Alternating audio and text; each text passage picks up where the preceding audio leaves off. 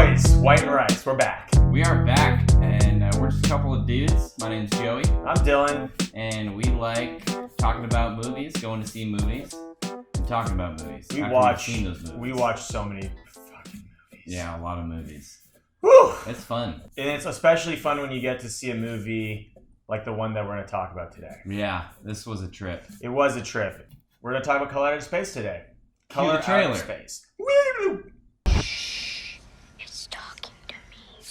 Who's talking to you? A man in the well.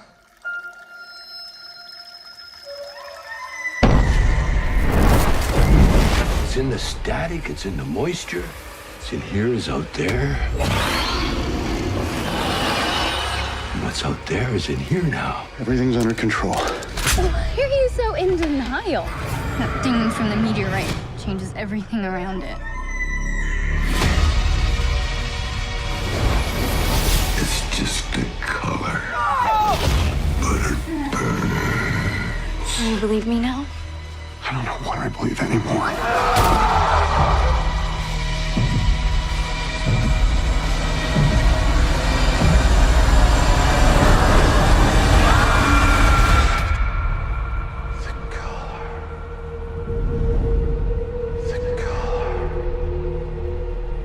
And we're back. So, Color Out of Space, for me, feels like... And honestly, there's been a couple movies like this recently, but it's like...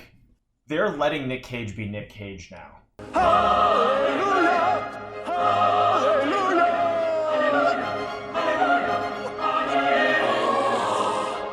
There was a period where Nic Cage was in the Hollywood cage, so to speak, and now they're just like, no, dude, we know that you are best unbridled, so we're taking off the bridle.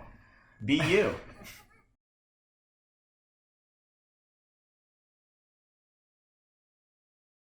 Yeah, this was one of the best Nic Cage movies. Yeah. So just all of the things that we love about Nic Cage and what has made him the person and the actor that he is. Also, to internet date, sensation. And date is in this movie. The freakouts, the improvisation. Yeah. And even if it's hard to say, like, even if he was serious, because you're like, is he serious or is he being just Nic Cage? Does he know he's being Nic Cage? Nic Cage is almost like a Tommy Wiseau. You know the guy from The Room? They made the movie, the Disaster Artist. Yeah. Okay, so I mean, to me, like Nic Cage just has enough sensibility to not be a total psycho like Tommy Wiseau, but is still so much his own person and has just committed to being himself unapologetically for so long that now he's in a part of his career where he's past the hump and he just gets to be himself. And The Color Out of Space definitely encapsulates that, and it seems like, at least in a lot of ways. I mean, there's so many parts. I mean, almost every time Nic Cage opens his mouth in this movie, it feels like he's just saying whatever he wants. And then the other actors almost like hesitate and then are, okay, we got to actually react to this. But yeah, so The Color Out of Space, made by Richard Stanley. Richard Stanley was raised by a couple parents who were storytellers. His mom was an anthropologist, studied storytelling, and H.P. Lovecraft apparently was her favorite author. So Richard Stanley was really passionate about making this movie. Casted a really solid cast. I mean, casted the cast. The movie is really just this family who lives in I think it's in the East Coast, Virginia or Maine or something. Yeah, I think North. Or Vermont. Maybe, it's in Vermont. Is it Vermont? Yep. Living country. So it's the wife is like a stock trader. Something like that. And it doesn't really matter, but the family just lives out in the wilderness on Nic Cage's dead father's. He inherited property from his father. They just live out there. But really what the movie's about is this mysterious meteorite that lands in their backyard and the crazy things that follow. Yep, it's a trip. And I was always describing, people would ask me, like, oh, what movie is that? As I tell them that we're going to go see it, yada, yada, yada.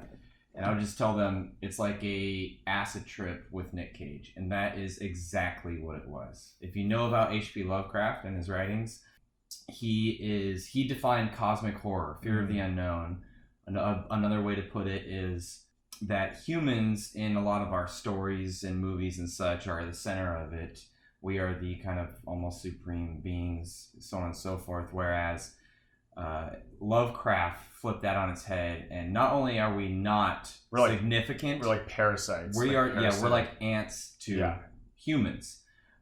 So that's what his stories are all about. And essentially, knowing that going in, you're going to be like, it's probably not going to end up well.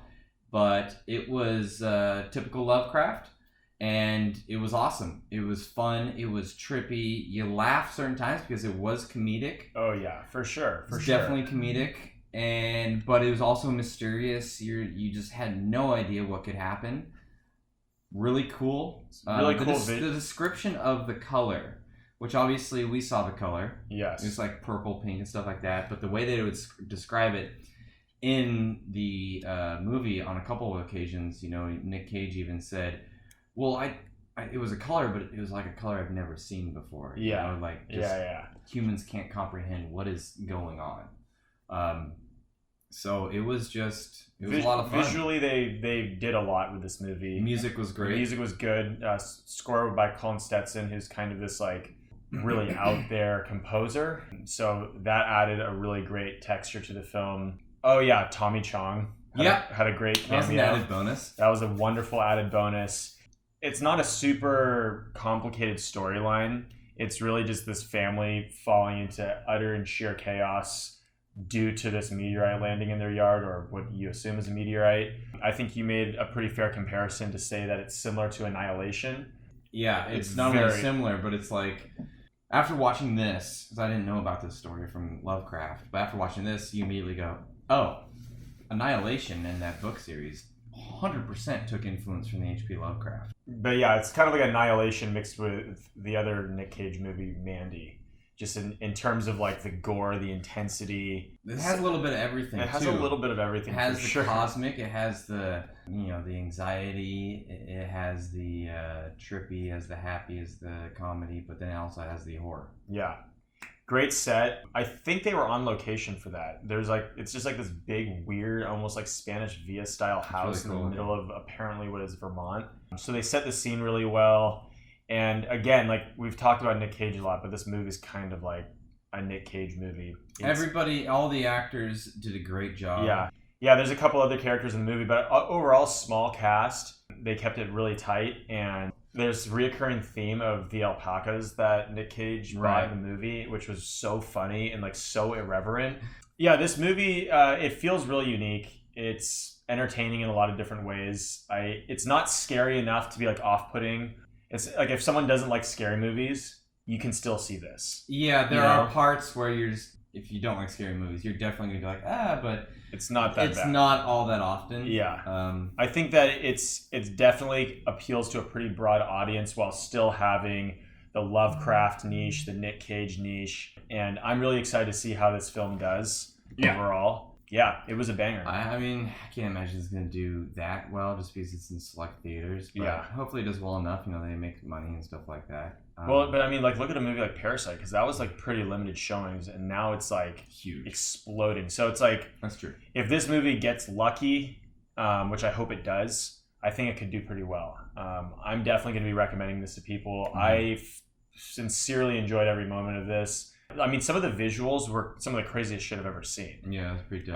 Don't want to spoil anything, but the moment toward the end, it's just like, whoa. And that's definitely the acid trip portion. Well, getting into spoilers right now, right here, getting into spoilers. Spoilers.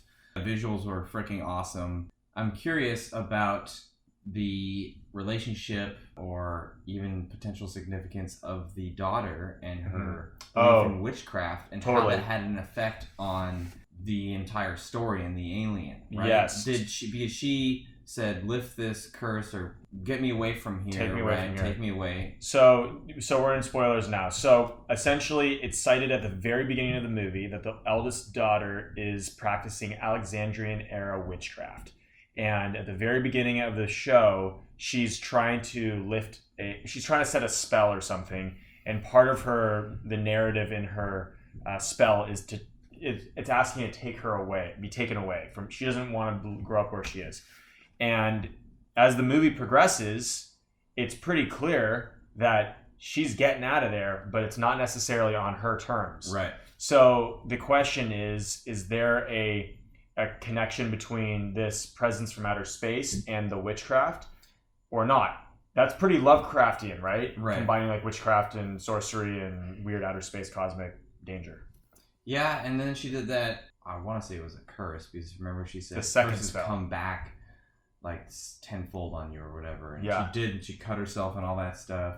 She said, protect me. Yeah. So was her like accepting the alien like that and Yeah. going up into space? Yeah, that last scene. Because like that last scene was her for sure being taken out of there. Right. And then she's gone. But was she taken with her family too? Like, because they're all sitting there, all together. Oh, but yeah. they weren't willingly taken like she was. Totally.